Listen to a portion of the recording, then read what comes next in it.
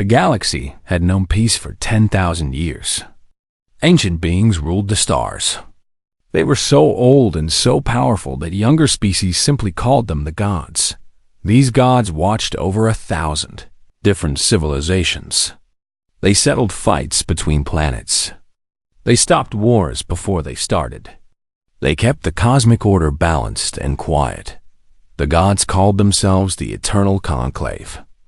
They lived in ships made of crystal that floated through space like diamonds in the dark. They had seen stars born. They had watched stars die. They believed they understood everything about the universe. Then, humanity arrived. Earth's first ship to travel between stars was called the Dandelion Seed. It was not a warship. It was built for exploration. The humans inside wanted to see what was out there in the great black ocean of space. They had no idea what they would find. Captain Park Yuna stood on the bridge when the ship came out of fold space. She was 47 years old, with silver streaks in her black hair. She had calm eyes and a steady voice. She had trained her whole life for this moment, but nothing could have prepared her for what she saw. Alarms started screaming. Red lights flashed across every screen. Lieutenant Kim Do-yoon grabbed his console and stared at the data coming in. "Captain," he said. His voice was shaking. "We have a problem." Through the main window, Yuna could see a planet. It was beautiful, covered in blue oceans and green forests. But it was burning. Ships filled the sky above it. Big, ugly ships with weapons that fired beams of red light down at the surface. "What is happening?" Yuna asked. Do-yoon checked his readings. The attacking ships belong to something called the Krath Dominion. The planet belongs to a species called the Volthari. And those other ships? The crystal ones just floating there? Those are. I don't know, Captain. They're just watching. Yuna looked at the crystal ships. There were hundreds of them, hanging in space like frozen tears. They did nothing while the planet burned below. Chief Engineer Lee Suji ran onto the bridge. She was a small woman with grease on her hands and fire in her eyes. "Captain, I'm picking up signals from the planet's surface. Distress calls. They're begging for help. Can you translate?" Suji nodded and pressed a button. A voice filled the bridge. It was not words exactly. It was music. A sad, desperate song that somehow the translation computer turned into language. "Please," the voice sang. "Our children are dying. Someone help us. Anyone, please." The bridge went silent. Every human on that ship heard the same thing. Every human felt the same thing. Yuna looked at her crew. Navigator Cho Min-jae stood frozen at his station. Security Chief Big Jia had her hand on her weapon, even though there was nothing to shoot. Do-hyun had tears on his cheeks. "Hail the largest crystal ship," Yuna ordered. Do-hyun hesitated. "Captain, we don't know who they are." "Do it." The screen flickered. Then something appeared. It was not a person. It was made of light itself. Colors that human eyes had never seen before. It spoke in frequencies that made Yuna's teeth hurt. "Little newcomers," the being said. "You have arrived at an interesting time. Who are you?" Yuna asked. "We are the Conclave. We have watched over this galaxy since before your son was born. You may call us the gods, as others do. Why are you not helping those people down there?" The being made a sound like laughter. "Help them? Why would we do that? The Krath are strong. The Volthari are weak. The strong consume the weak. This is the way of things. This is natural selection." "Natural selection? Those are children dying down there." "Yes, weak children of a weak species. You are new to space travel. You can't understand our ways. You are not meant to understand. Simply observe, learn, accept." Yuna stared at the being of light. She thought about her daughter back on Earth. Her daughter was 8 years old. The same age as those Velthory children burning on the planet below. Accept? She repeated. Yes, accept that the universe is cruel. Accept that some must die so others may live. Accept that you are small and we are vast. This is wisdom, little human. This is truth. Yuna closed the channel. The bridge was silent again. Everyone looked at her. They were waiting. They were hoping. They were afraid. What do we do? Do-hyun asked quietly. Yuna looked at her crew. 47 humans who had signed up to explore the stars. Not to fight wars. Not to challenge gods. Just to see what was out there. Then she looked at the planet below. The fires spreading. The ships attacking. The crystal vessels watching like it was a show. She thought about what it meant to be human. She thought about every story she had ever read. Stories of people who saw wrong and tried to make it right. Stories of heroes who fought even when they could not win. We do what humans do, she said. Her voice was quiet but strong. We interfere. Do-hyun's eyes went wide. Captain, we have no weapons. We're an exploration ship. I know. They have 300 warships down there. I know. The gods themselves told us not to. Yuna smiled. It was a tired smile, but it was real.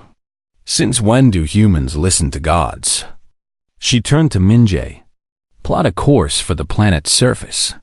Find the largest group of survivors. Min-jae nodded and started working. She turned to Suji. Get me every bit of speed this ship has. And then get me more. Suji grinned. Yes, Captain. She turned to Jie. Prepare for boarding parties. We're going to have company. Jia cracked her knuckles. Looking forward to it. The dandelion seed turned toward the burning planet and began to descend.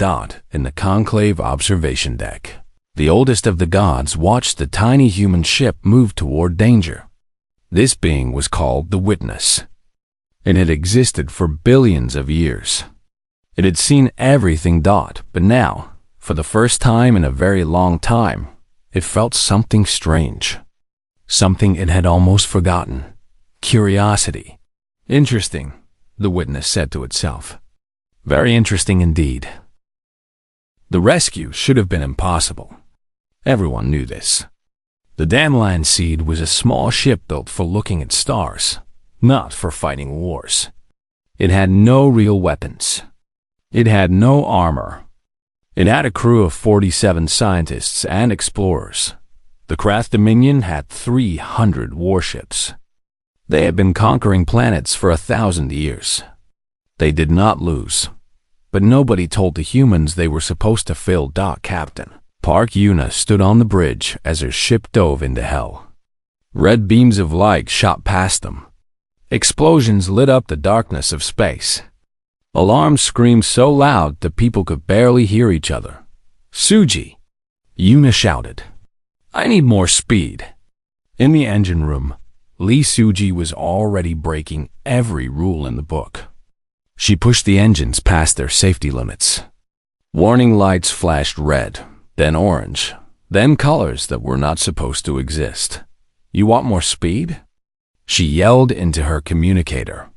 You got it. The ship lurched forward.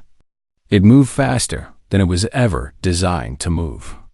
Krath weapons tried to track it, but they were too slow. The little exploration ship danced between the warships like a leaf in a storm. Navigator. Cho Min-jae sat at his station with sweat running down his face. He was a quiet man who rarely spoke, but his hands moved like magic over the controls. He found paths through debris fields that should have torn them apart. He found gaps between enemy ships that lasted only seconds. There, he said, pointing at his screen. Survivors. 800 of them. They're hiding in a cave system on the southern continent. Take us down, Yuna ordered. The dandelion seed broke through the atmosphere. The sky was filled with smoke and fire. Below them, the beautiful planet was dying. Cities burned. Forests were ash. But in one small place, 800 Velthari waited and hoped. The ship landed hard. The ramp came down. And that was when the craft boarding parties arrived. Security Chief Big Gia had been waiting for this. She was not a big woman, but she was fast, and she was smart, and she was very, very angry. "Everyone behind me," she said to her team. "We hold this ship, no matter what." The craft soldiers came in waves. They were tall and covered in hard shells like insects. They had weapons that fired bolts of burning plasma. They had never lost a ground battle. They lost this one. GA had turned every corridor into a trap. She had placed explosives in the walls. She had set up crossfire positions. She had taught her people to fight like their lives depended on it, because they did. The battle lasted 4 hours. When it was over, the Dandelion Seed's hallways were filled with fallen craft soldiers, but not all of them were enemies. 11 humans died that day. 11 explorers who had come to space hoping to find wonder. They found it, and they gave their lives to protect strangers they had never met. Una stood over the bodies of her crew and made a promise. Their sacrifice would mean something. Outside the ship, Velthari refugees ran up the ramp. They were beautiful beings, their skin glowing with soft blue light. They communicated through music, and now they were singing songs of gratitude and sorrow. 800 of them crowded into a ship meant for less than 100. "We need to go," Minjae said. "More craft ships are coming." Una nodded. "Get us out of here." The Dandelion Seed lifted off from the dying planet. It was damaged now. Hull breaches leaked atmosphere into space. Engines sputtered and coughed. But it flew. They flew for 3 days. The craft chased them. The humans fought back with everything they had, which was not much. But somehow, impossibly, they stayed alive. When they finally reached the conclave border, they found something waiting for them, not just a few gods. All of them. Thousands of crystal ships hung in space, forming a wall of light. Every ancient being in the galaxy had gathered to see the tiny human vessel that had dared to break their laws. The witness spoke first. Its voice filled every speaker on the Dandelion Seed. "You have broken conclave law. You interfered in natural selection. You defied our judgment. What do you have to say?" Captain Park Una looked at her ship, at the damage, at the blood on the floors, at the 11 empty seats where her crew used to sit. She looked at the Velthari refugees huddled behind her. 800 lives saved. 800 songs that would continue. She looked at Lieutenant Doyen, who had tears on his cheeks again, but stood straight and proud. She straightened her spine. She lifted her chin. She opened the communication channel and she spoke 3 words. "We are human." Silence filled the galaxy. Then Una continued. She told them about humanity, about a species that had crawled out of caves and looked up at the stars and said, "We will go there." About people who built hospitals in war zones. About firefighters who ran into burning buildings. About doctors who treated enemies on battlefields. About the stubborn, foolish, beautiful refusal to accept that suffering was normal. "You ask why we interfered," she said. "Because we are human. We cannot watch children die and do nothing. We cannot accept that cruelty is natural. We will never learn to look away." She pointed at her damaged ship, at her wounded crew, and the refugees they had saved. "This is what we are. This is all we have ever been. We are the species that fights dragons." The witness leaned forward. Its form flickered with strange colors. "And if the dragons are gods?" Una smiled. She was tired. She was grieving. But she was not afraid. "Then we fight gods." For a long moment, nothing happened. The crystal ships hung motionless. The ancient beings were silent. Then something unexpected happened. something that had not happened in 10,000 years. The gods started talking to each other. Not in the calm, slow way they usually spoke. They talked fast, excited, like children who had found a new game. "Did you hear that?" one asked. "The audacity," said another. "They have been in space for 300 years, and they are threatening us. I love them already." The witness raised a hand for silence. It studied the tiny human ship, the defiant captain, the scared but hopeful refugees. "You realize," it said slowly, "that by your own words, you will continue to interfere. You will challenge our laws. You will fight battles you cannot win." "Yes," Una said. "You will lose, often, badly, probably. You will die. Everyone dies. The question is whether you die for something." The witness turned to its fellow gods. For the first time in billions of years, its ancient face showed emotion. "I think," it announced, "that I need to find some popcorn. This is going to be wonderful." Word spread through the galaxy faster than light itself. The humans had talked back to the gods. The humans had called themselves dragon slayers. The humans had meant every word. Within 1 year, humanity went from an unknown species to the most talked about thing in galactic history. Everyone wanted to know about these strange beings from a small blue planet. Everyone wanted to see what they would do next. The gods did not punish them. Instead, they watched them with great interest, with growing excitement, with something that looked very much like joy. Admiral Kang Taiwo stood before the United Earth Council. He was a tall man with a serious face and gray in his hair. He had spent 30 years in the military. He thought he understood how the universe worked. He was wrong. "They are placing observation machines around every human colony," he reported. "Around every ship. They follow us everywhere we go."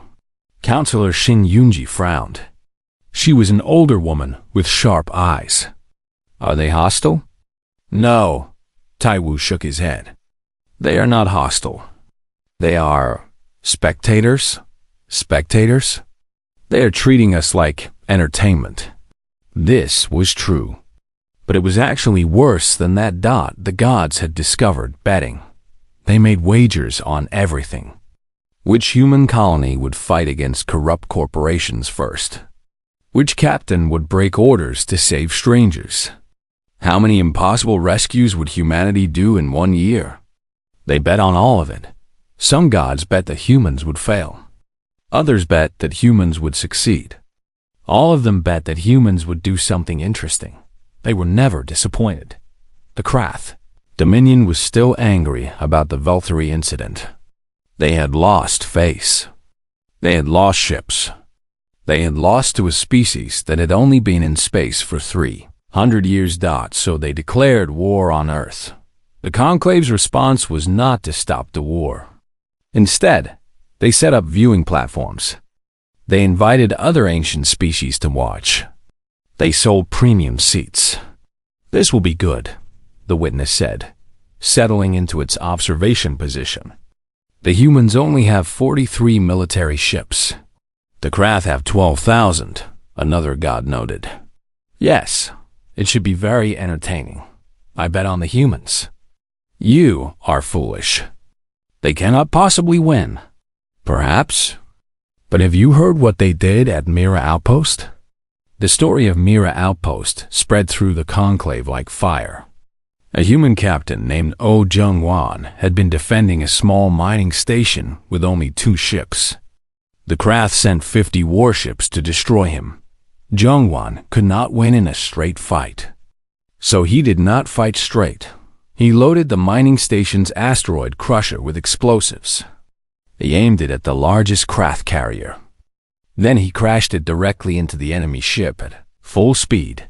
The explosion destroyed the carrier and damaged 12 other ships.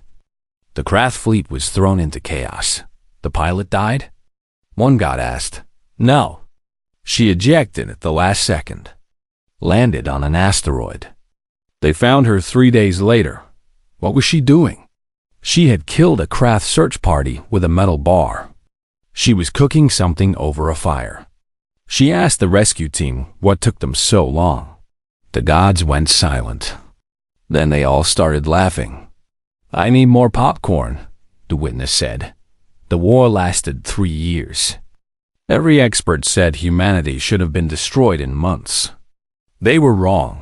Captain Oh Jung-won invented new tactics that made the craft supply lines fall apart.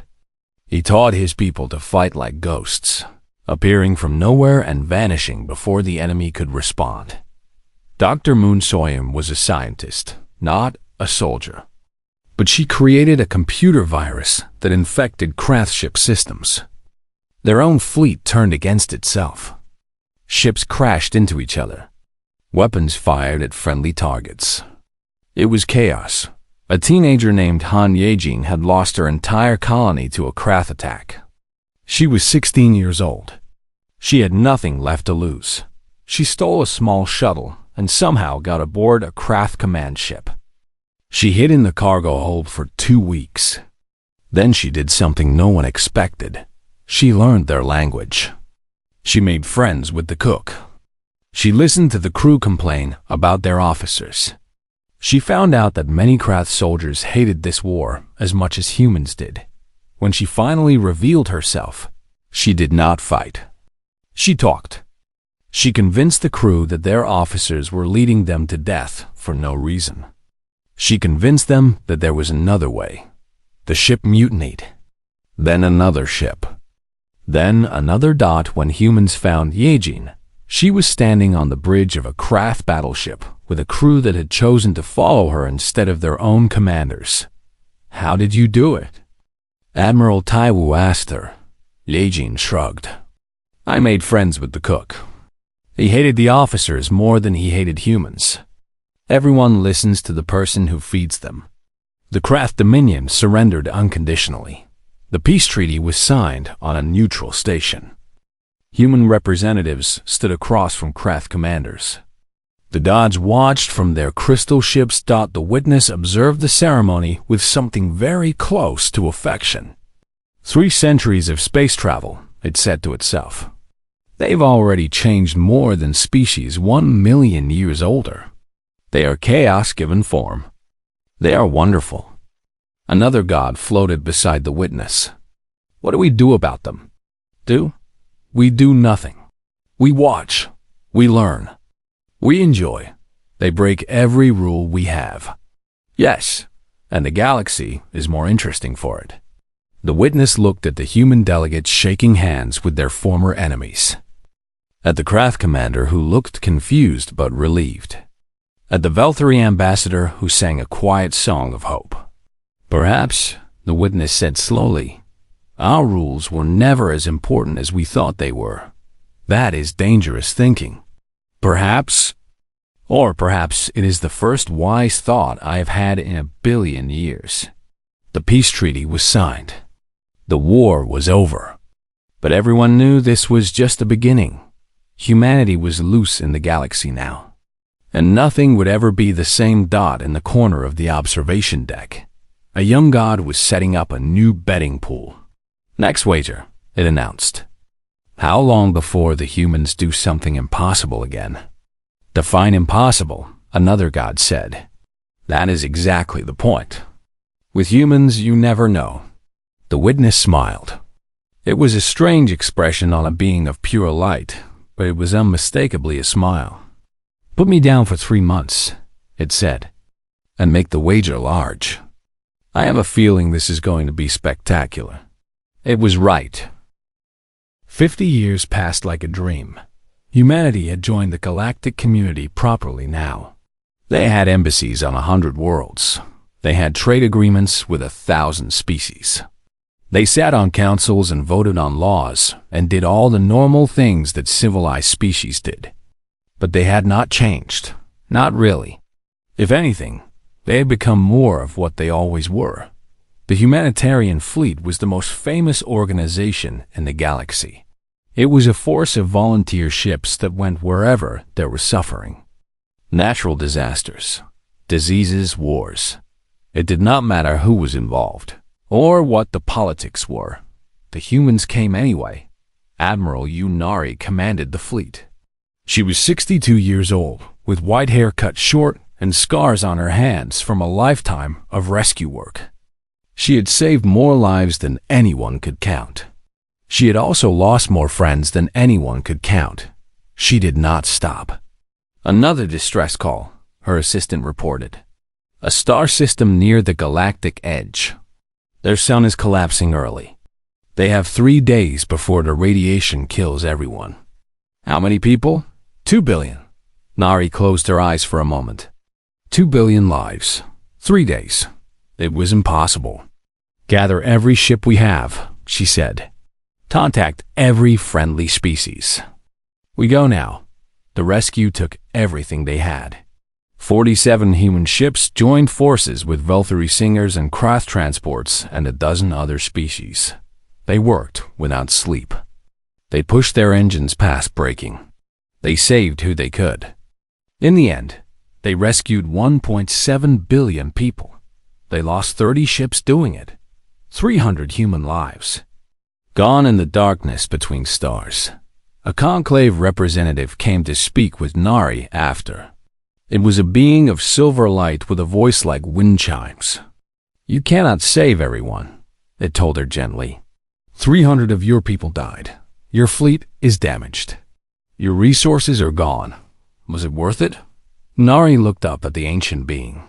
Her eyes were red from crying. Her hands were shaking from exhaustion. But her voice was steady. We saved 1.7 billion people. They will have children. Those children will have children. In 1,000 years, there might be 10 billion souls alive because of what we did today. And the 300 you lost? They knew the risks. They came anyway. They died saving strangers. Nari's voice cracked, but she kept talking. There is no better death than that. The conclave being was quiet for a long moment. You truly believe this? We do not believe it. We know it. This is what humans are. The being nodded slowly. Then it did something unexpected. It bowed.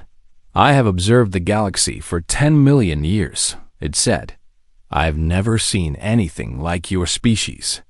You are either the wisest beings in the universe or the most foolish. Probably both, Nari said with a tired smile. The gods continued to watch. They always watch now. What had started as entertainment had become something deeper. They were invested now. They cared. And they were afraid, because the humans had announced their next project. They are going to attempt the maze, the witness announced to the conclave council. Its voice was heavy. The other gods fell silent. The maze of eternity was a structure at the very center of the galaxy. It was ancient beyond measure. Older than the conclave. Older than most stars. It had been built by beings so powerful that even the gods called them gods. The maze was a test. Anyone could enter. The prize was supposed to be the secrets of becoming something greater than mortal. No one had ever passed. Thousands of species had tried over millions of years. They entered the maze with armies. They entered with fleets. They entered with weapons and tricks and every advantage they could think of.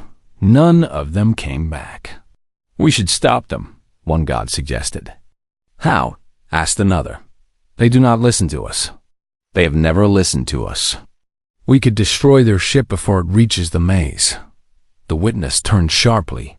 No, we have observed for 10 million years. We have never interfered.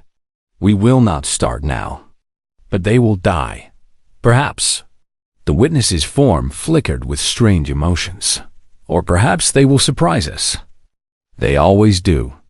The expedition ship was called the Stubborn Light. It was the most advanced vessel humanity had ever built.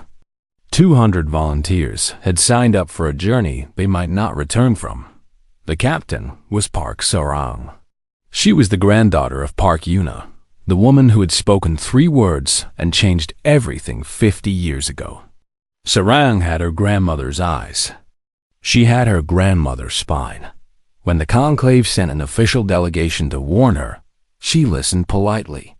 The maze has killed everyone who entered it, the delegation leader said. Beings far more powerful than you. Species far older than yours. You will die. Sarang nodded. My grandmother told me you said the same thing when she rescued the Velturi. That was 50 years ago. The Velturi just started their first colony on a new world. That was different, was it? Sarang smiled. You said she would die. She didn't. You said we would lose the war. We didn't. You said we couldn't save those 2 billion people. We did. She stood up straighter. I respect your wisdom. But you've been wrong about humans before. This is different. The maze is not an enemy you can fight. It is not a disaster you can survive. It is a test of something deeper. Good. We are very good at tests. The delegation leader stared at her. Then it laughed. It was not a mocking laugh. It was almost admiring. You are exactly like your grandmother. Thank you. That was not entirely a compliment. She was the most stubborn being I ever met. I know. I hope to be even more stubborn. The delegation left. There was nothing more to say. 3 days later, the stubborn light launched. 200 humans heading into the unknown. 200 people who knew they might never come home. The gods gathered to watch. Every ancient being in the galaxy turned its attention to the center of the maze. They set up observation posts. They prepared recording devices. They waited. The witness floated at the front of the gathering. Its ancient form was tense with anticipation. Place your bets, it said softly. This is going to be something special. The stubborn light entered the maze and vanished. For 3 months, there was nothing. No signal. No sign. The gods waited with something they had not felt in ages. Fear. That they had grown to love these strange, stubborn humans. And now they might have lost them forever. On the 92nd day, hope began to fade. On the 93rd day, a signal burst from the maze's center. It was not a distress call. It was not a cry for help. It was music. An old human song from centuries ago. A song about not giving up, about holding on, about fighting for what matters. The gods listened in confusion. What is this? One asked. The witness knew. It is called hope, it said. They never stop hoping. Then the maze opened. Not just the entrance. The entire structure began to unfold. Ancient machinery awakened after millions of years of silence. Light poured out from the center. And in that light, the stubborn light emerged. Damaged but flying. Battered but alive. Behind it came something else. Something that made the gods tremble. The builder had awakened. The builder was vast beyond understanding. It was made of pure light, but not like the conclave gods. This light was older, deeper.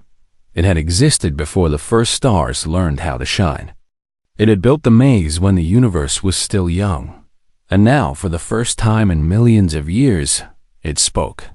Finally, it said. Its voice shook the fabric of space itself. Every god in the conclave felt small. Every ancient being trembled. They had called themselves gods for so long that they had forgotten what a real god looked like. The witness managed to speak. Builder, we thought you were gone. Waiting, the builder corrected. The maze was a test. Not of strength. Not of cleverness. Not of power. It was a test of something much more important. Of spirit. The builder turned its attention to the battered human ship floating nearby. Inside, Captain Park Sarang and her crew waited. They were exhausted. They were wounded. But they were alive. I have watched 10,000 species enter my maze, the builder continued. They came with conquest in their hearts.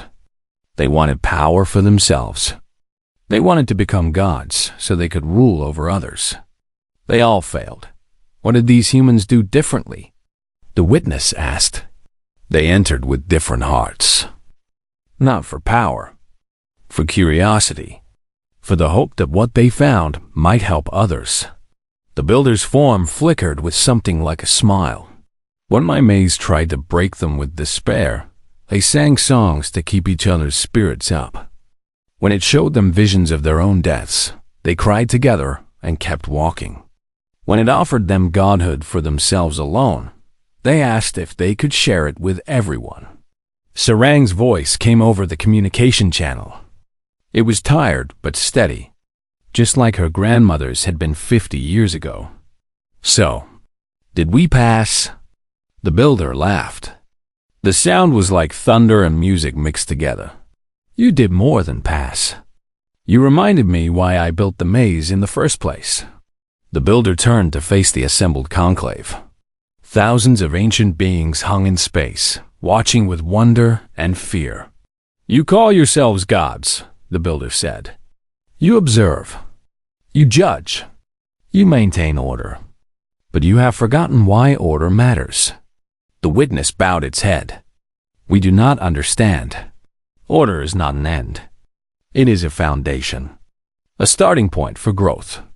You have spent 10 million years watching the universe like it was a museum to be preserved. But it is not a museum. It is a garden to be tended. We kept the peace, another god protested. You kept the silence. There's a difference. Peace without growth is just stagnation. Order without compassion is just control. The builder gestured toward the stubborn light. These humans understood what you forgot. That power means nothing without purpose.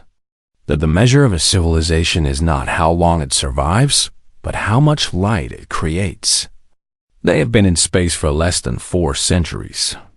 They've already created more light than species 1,000,000 years older. The witness looked at the battered human ship, at the crew who had risked everything, at Captain Sarang, who was smiling despite her exhaustion. What would you have us do? The witness asked. The builder's answer was simple. Learn from them. There was a long, strange silence. The gods looked at each other. They looked at the humans. They thought about 10 million years of watching from above. Then the witness laughed. It was a real laugh, full of wonder and joy. Something it had not felt in longer than it could remember. I believe, it said, that I am ready to stop watching. It turned to the rest of the conclave. Who wants to help the humans rebuild their ship? Every god raised their hand. 1,000 years passed. The galaxy was unrecognizable. Everything had changed. Everything had grown. The conclave still existed, but they called themselves the gardeners now. They did not just observe. They helped. They mentored. They built. They rescued. They had learned from humanity, and humanity had learned from them. Together, they had transformed the galaxy into something beautiful. Humans and Velthri and Krath, and 100 other species worked side by side. Old enemies became friends.